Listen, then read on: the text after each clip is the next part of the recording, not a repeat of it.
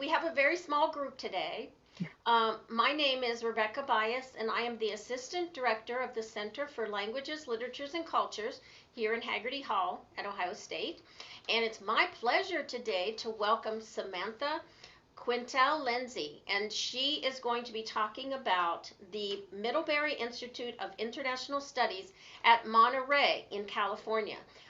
They have a lot of programs to offer for alternative types of careers, fellowships, they even have graduate school, maybe some things that are a little different than what we offer here at OSU. So I'm going to let her take over, and she'll probably ask you a few questions. But welcome and thank you for coming, and thank you, Samantha. Of course. Rebecca, thank you for the beautiful introduction. Margot, I'm with you on the, just trying to take things one thing at a time today. So I empathize. Margot, if you don't mind me putting you on the spot, are you studying a language? Yes, I am. I'm a Russian major. Russian major, fabulous. And what year are you? Well, I've been studying for 4 years, but I'm a junior at OSU. Okay, so you have a pretty strong Russian background then. That's fabulous. What got you interested in studying Russian? Well, in high school, my junior year of high school, I switched schools, and at that new school, I had the opportunity to start studying Russian or Arabic or Chinese if I wanted to. And I decided to do Russian just because it was something weird to me that I didn't have any experience with. The alphabet was cool. And so I just wanted to do something new. So I started doing Russian, and then I kind of fell in love and just kept doing it. I love that. Russian is definitely on my list. I am a Spanish and Portuguese speaker myself, but I've always been fascinated by the Russian language. So since I put you on the spot, I'll also put myself on the spot. A little bit about my background. Today, we're going to be talking about how to leverage your language skills in your different careers and kind of what that looks like. And Margot, I'm very informal, so you can feel free to photo on, photo off, mute, unmute, however, jump in at any point if you have questions or if you want further clarification on anything or if you have any ideas that you'd like to add as well. My path in hindsight has been very linear, but in the moment, it was not. I worked a lot of contracted jobs. So it would be like an 8-month contract with Disney World that then I extended to do another 5 months. So I did about a little over a year working at Disney World. I worked with an experiential education company, Rustic Pathways, in Costa Rica, where I led students on 2-week trips throughout the Costa Rican country. I worked as an auxiliar de conversación, so an English teacher in Spain for 2 years. I also was a nanny in Italy for a summer. I did a stint working in early childhood education. Those are some of my little toddlers that you see there. I have taught in the classroom every age from 15 months to adults. And then that final picture is Brazil, where I completed a Fulbright English teaching assistantship, all before kind of landing in Monterey. You do have my email on the screen if you can see it. I'm happy to also drop it in the chat in case you have any follow-up questions for me or want to learn any more about the programs that we offer. So I'm going to go through and give you kind of a little bit of a myth overview. We're going to kind of chat about some strengths and skill sets of language students, and then go through different programs at Middlebury, different opportunities at Middlebury and beyond that might be applicable to you, some careers that will leverage your language skills, and then of course leave time at the end for questions.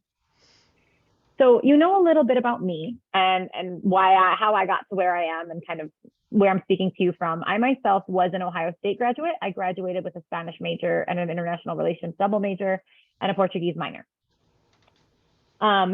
MISS was actually founded during the Cold War as a school to train foreign language teachers. We are located in beautiful, sunny Monterey, California, as is evidenced by my background picture. This was actually my first day in Monterey. I was going for a run. There's a 26-mile long trail along the ocean, and I got to see the sunrise. It was so beautiful. So I kind of snapped a quick picture. This was like one of the most popular wharfs that's like 2 blocks from campus. We used to be the Monterey Institute of International Studies, and then we joined the Middlebury family in 2010. And Middlebury, you might know for their language schools. They have an immersive summer language program in Vermont. They also are an undergraduate liberal college in Vermont. They have the CV Star Schools Abroad, which are located in 17 countries around the world, School of the Environment, and the Breadloaf School of English as well. Kind of like the whole Middlebury family you can see in the picture to the right. We have 2 graduate schools, 12 different degree programs, and we're quite small, about 764 students. Depending on the term, we're about 30 to 40% international, and we have a 9-to-1 student to faculty ratio. Fun fact, Monterey is considered the language capital of the world. So you can find lots of different languages in Monterey. So Margot, I'd love to kind of chat with you, and feel free to unmute if you want, or drop in the chat, whichever you're more comfortable with. Whenever I speak to language students, one way I like to start is kind of by highlighting the skills that you're gaining and the skills that you're honing by studying languages that maybe students who are studying engineering or biology aren't honing. And can you maybe think of some advantages that you have as a language student in other skill sets aside from the fluency that you're gaining? Well, that's a very good question. One of my other majors is linguistics. And so having knowledge of another language definitely helps with that, helps getting exposed to kind of the patterns that appear in other languages that we don't see in English. So whenever it comes up in a linguistics class, it makes more sense to me. Of course, there's the low-hanging fruit answer that, oh, I'm learning another language, interacting with new people from a different country. And so developing, a more international, broad perspective, getting more exposure to different types of things, which I think is always a great thing. Yeah. Those are the ones that are on the top of my head. Yeah. So in hearing what you're saying, something I always like to highlight are like those buzzwords, right? The buzzwords that you can throw on your resume when you're looking for action words or adjectives, or in your cover letter when you're applying to whether it be grad school or a future career or a fellowship, right? And like some words that I'm hearing are intercultural competency is a huge one. Critical thinking, another one. Flexibility, right? Patience, like all of these things. Adaptable is a great one. So all of these are kind of ways to think about what you're doing and translate that into words that employers love to see and things that stand out on a resume that I think sometimes everyone generalizes that everyone has, and that's really not the case. So through these courses and through the time you're investing, you're really gaining this really relevant skill set that is marketable to a couple of different programs and organizations. And I'm happy to kind of like run through a few of them with you before we jump into career paths. So we're going to kind of do this in chronological order. Many times students will pursue like study abroad fellowships. The Bourne Awards and the Critical Language Scholarship, as well as the Gilman Scholarship, are 3 different opportunities during your undergrad experience for you to gain funding to go have an immersive cultural experience abroad. Once you're graduating, you are also eligible to apply for the Fulbright. And Ohio State does have a whole, you might be familiar with this. Let me know if you already are. You can just like give me a thumbs up and we can skip this part. But you do have a team dedicated to assisting you with Fulbright applications. Yeah. Great, great. Definitely look at that. Yeah, I have applied for the Critical Language Scholarship twice. Here while I was at OSU, and both times I've gotten help from the fellowships office and like reviewing essays and that kind of thing, and they've been very helpful. Good. I'm so glad to hear it. So something to consider with these programs is they also can come with scholarships should you decide to attend a graduate program in the future. So like, for example, at the Middlebury Institute, we have partnerships with some of these organizations, which means that students who invest their time in participating in programs where they're like broadening their intercultural competence and engaging in diverse experiences with different people, we see those values and we appreciate those values. So that's something that like you'll be financially compensated for should you ever attend a graduate program with us. And I'm sure with other schools, there also are partnerships as well. So kind of something to think about as you're looking for maybe different programs to attend. Interesting. I'd never heard of that before. Yeah, that's a good one. And then the Payne and the Pickering and the Wrangell, are you familiar with those? No, I'm not. Okay, so those are going to be a couple of different programs. If you're interested in going to work for the Foreign Service is for Pickering and Wrangell, and then for USAID is the Payne Fellowship, and those come with fully funded, fully scholarshiped graduate degrees. Now they do come with a work requirement. So I always say nothing in life is free because it's not. But if that's a career path that you're interested in, it's not a bad work requirement, right? Because you're going to be you're networking, you're going to be gaining experience in something you're passionate about. So it's okay, but just make sure that those are organizations that you feel comfortable working for, because I want to say it's like a 4 to 5 year work requirement once you're complete with your degree. So kind of a couple of different options for you financially for funding.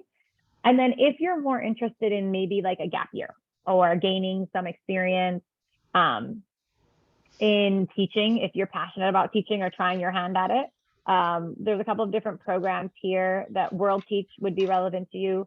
Possibly, of course, I know the geopolitical sphere will have to shift slightly before we have, we have a MGIMO program where we have a dual degree with the Moscow State of International Affairs that unfortunately is currently being put on hold just due to an inability for Russian students to come to the United States and a difficulty for United States citizens to go to Russia at this moment in time, unfortunately.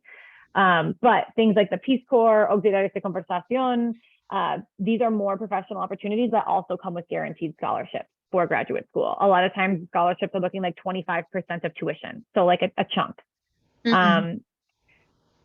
Rustic Pathways and Disney English are not two programs that are a partnership, but they're just two programs that I have completed that if you're curious about, I am happy to kind of delve into what those look like.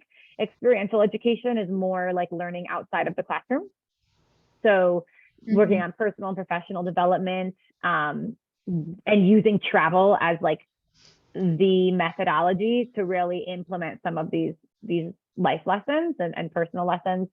And then Disney English is going to be in China if you're ever interested in Mandarin. It's kind of another option available to you.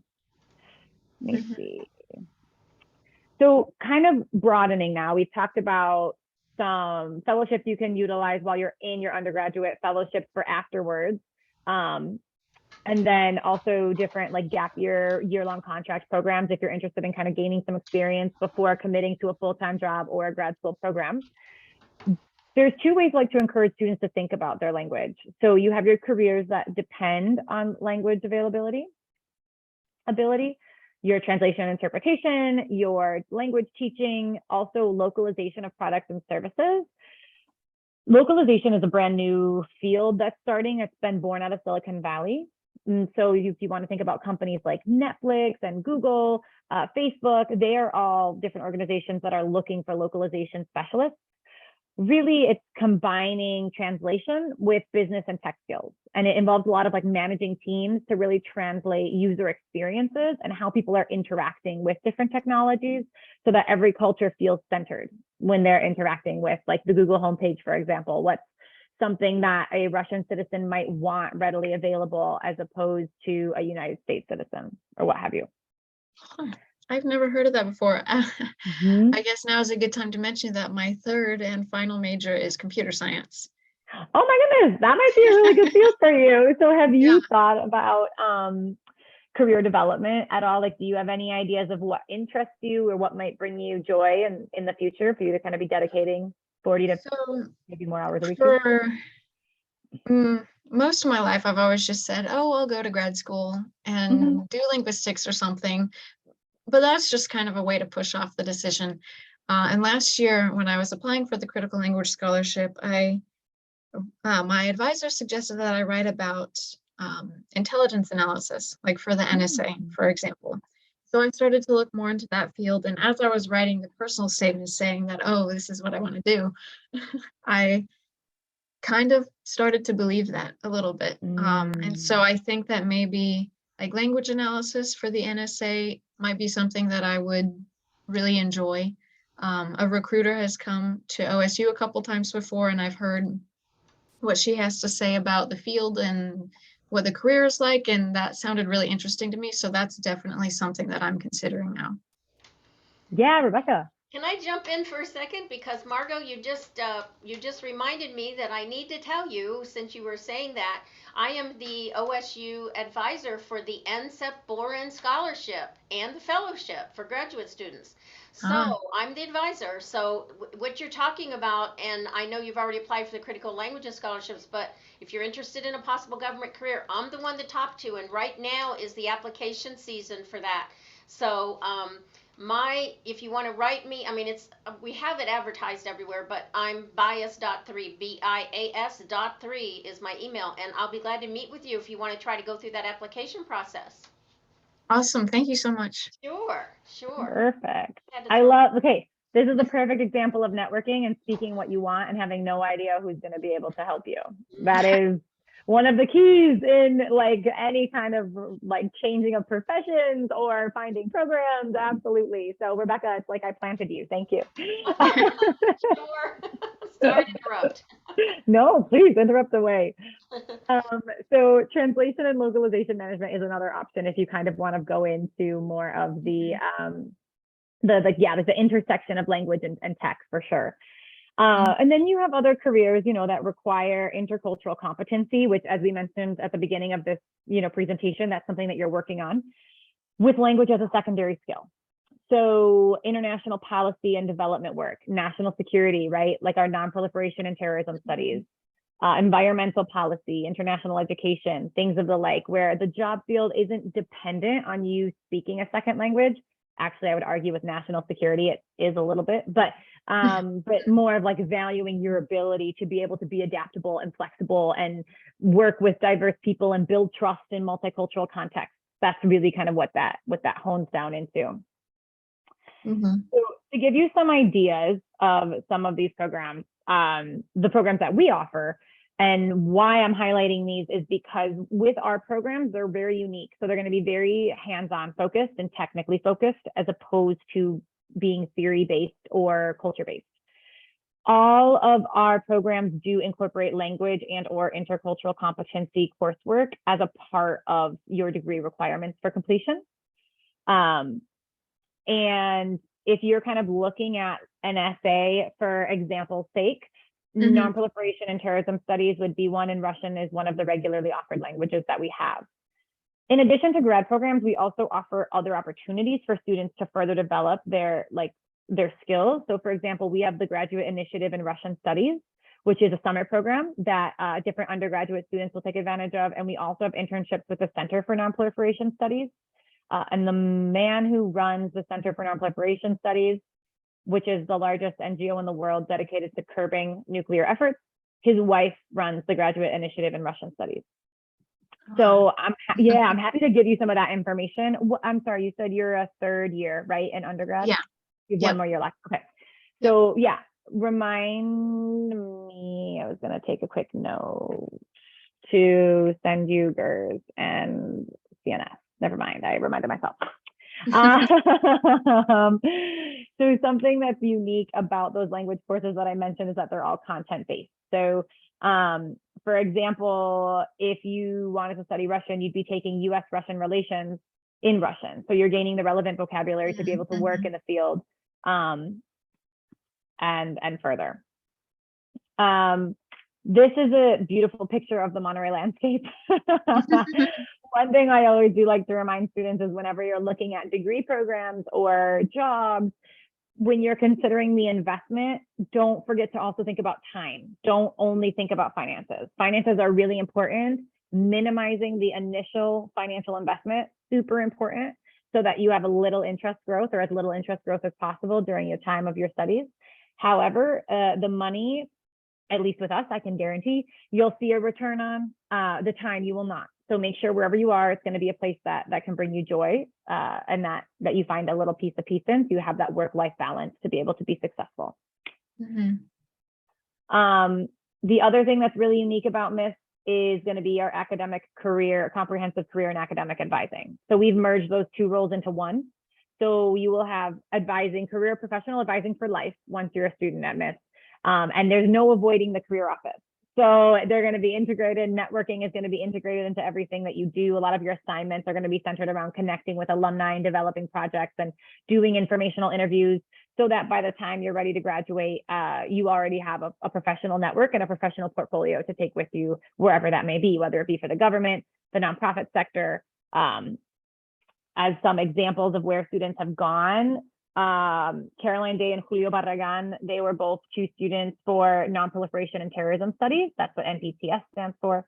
And Carolyn actually went on to work at a couple of different organizations, but her current role is an analyst at TDI. TDI is a global security company. So she basically goes through and translates documents from Russian to English or French to English or Russian to French. And it's because of her background in Russian studies that she's able to do that. So that's kind of one way that she utilizes her language skills in the private sector. Julio Barragan, he also studied nonproliferation and terrorism studies, and he is a financial crime and compliance analyst at CipherTrace. And CipherTrace is essentially an organization that uses cryptocurrencies to stop money laundering. So kind of like different ways for you to think about your own professional career goals and ways to like adapt them if you wish. If you're like, ooh, I think I want to go into this, I'm not sure if I want to do government, there are different opportunities in the private sector available to you as well. And then for Gunther, he studied Japanese. He works with the Global Fishing Watch, which basically is an international nonprofit organization. It's dedicated to advancing the sustainability of our oceans through increased transparency in international fishing laws. So kind of showing you again, like Global Fishing Watch is something that you might not think of as a professional career with a language, but it's something that is actually dependent on that language because he focuses on the Southeast Asian seas. Mm-hmm. We also have students that have gone on to work for VIA programs. If they study Chinese, that's based out of China. And it's going to be more of like developing international education programming as some career fields. We have students that go on to work at the California Natural Resources Agency that go on to work for the state, so local or state or federal governments as well. The State Department is the #1 hiring agency actually for the Institute. So definitely a lot of students that go into government work. And then a lot of students that start their own entrepreneurs or their own nonprofits or their own consulting firms is another big one, like Wesley. He started the Haiti Foundation, and he started doing that through smart investments in long-term development projects. It's kind of like how that came about. And then he went on to go to law school in Paris and now is a financial lawyer at Skadden. So just another example that you don't have to know exactly your whole life trajectory for you to be able to be successful and have an impact. And you can always pivot. I like to call it pivoting, veer left, if you will.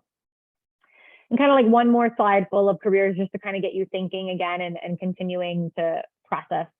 Miguel Garcia, who was translation and interpretation, he is working for the U.S. State Department as well as the American Organization of States. A lot of translation and interpretation students go on to work for high-level government officials interpreting or freelance. We have one student who did French that was like, I just didn't want to get bored. So I translated for a French pastry chef yesterday, and I will translate for the Secretary of Defense today. So, so a wide range of different opportunities. As I was mentioning, TLM is translation and localization management, the merge of kind of education and business and technology and translation. And Mintan studied Chinese. She works for Google and is based out of Beijing, China. And then we also have Leticia, who studied Spanish and teaching English as a second language as well. So a lot of different kind of opportunities that are present, a lot of different career paths that are available to you. Some fun facts about students who come to MISS. Within 12 months of graduation, 94% are employed.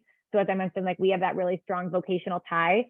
So when I talk to students who are like, I don't know if I want to go to grad school, I don't know if I do or don't, I normally tell them to work backwards, right? Start at the end and then work your way from there. So if you wanted to work at the NSA, I would start LinkedIn stalking different, like the NSA, and then finding different profiles of people who work there. Or I think the government also has their own, I know they do, and I'm blanking on the name of it right now, but they also have their own kind of like networking site, USA Jobs. That's what it is, to find roles as well. So I might look at both of those and then start looking at people's profiles and see what degree of education they have, right? Do they have a master's? What is it in? Where did they go? Do I want to be in this role? And then also, you'd be surprised how many people will take informational interviews. So if you're on LinkedIn and you want to connect with someone, Definitely utilize, I would say utilize like the fellowship office, utilize the alumni office, because there might be an Ohio State alum working there. And that's a great tie for you to be like, hi, I'm currently an Ohio State student. I'm really interested in what you do. I would love to like take 20 minutes of your time to talk to you about kind of how you got to where you are and what the reality of working in this role is like. So many people will be like, absolutely. And that's just really a great like scot-free way for you to kind of get more information, like inside information about what the job is actually like, and if it's something you want to invest your time and energy into. On our website, if it's helpful, under every one of our programs, we have the career outcomes. So I normally recommend students just like going, like for you, I'd recommend going to nonproliferation and terrorism studies, clicking on careers, and then using that maybe as a way to start your search of like, oh my gosh, what's this company? Or like, ooh, this one gets me super excited. Like, I want to know more about this, right? And that's another great way for you to kind of start seeing what's even out there and what you might be interested in doing. I was going to say one more thing though about that. And I also do agree with you. I know you were saying grad school can be something to like put off the inevitable. I do agree that if that is the motivation behind it, it is not a worthwhile investment. So I'm glad that you're like 2 steps ahead of the game on that. A graduate degree for me is useful if students want to do something very specific, or they really want to get into a higher level. They want to have a starting salary, starting position that's at a higher level. That's normally what I see with our graduate school applicants, or that they want an in to a company that is really requiring their employees to operate at a more specific level is the other time that I see it being really relevant. Apart from that, do you have any questions for me at all about anything? Professional career tracks, graduate school? If you wouldn't mind, Margot, actually dropping your email in the chat so that I can send you a follow-up email with more information, that would be super helpful too. Yep. There it is, 98. Perfect. 98. I have a hyphen, so I was Quintell-Lenzi.1. I always found that really funny. I like to say I'm a 2-for-1. I have 2 last names. It's like 2 for 1 person. I'm always jealous of the people that are number 1. I think that'd be fun. Oh, that's too funny. The graph is always good. I can't think of any questions off the top of my head. No worries. I don't want to put you on the spot at all. Samantha, you're a great career coach. Oh, thank you, Rebecca. Oh, you really are. You really are. I found it so interesting. But I also want to tell you, Margot, if you want to apply for the Bourne, you should contact me, because the application's not due until the end of January, and maybe that can be something that you even tie into eventually to Middlebury in Monterey. Yep. So yeah. Yeah, I don't know, but just think about it and do send me an email, okay? Yeah, I'll think about it. Okay, good. I'll put my email in there too. Yep. I've been trying to get abroad during the summer for several years now and haven't been able to, as pandemic and then the war. So I decided that next summer I was going to focus more on domestic programs like Middlebury or the intensive program at Indiana University. So right now I'm planning to apply to all of those. And maybe I can add another thing to my list of applications. Yeah, let me also just send you the link for the summer language program. So the summer language program is actually located in Vermont. So that would be more East Coast for you, but I'm happy to send you a link for that too. And that's an amazing program. I know some people who have done that in the past. I want to do it. It looks like so much fun. Yes. Yeah, I've heard a lot of good things. Yeah. Okay. I do. And it's funny, students are always like, okay, we'll see. And then they come out and they're like, this was the best thing ever. So I hear so many great things about it that I'm always so curious about. I'm like, oh, I would love to do that. And the growth you see is, amazing. So, yeah. Well, Margot, I will definitely shoot you that follow-up email. And then if you're going through things, you have any questions about, like I said, love, life, the pursuit of happiness, go ahead and just shoot me a follow-up email and I'll be happy to help you out, okay? Yep, awesome. Thank you so much. Thanks for coming. It was so nice to meet you. Thanks so much for coming, Margot.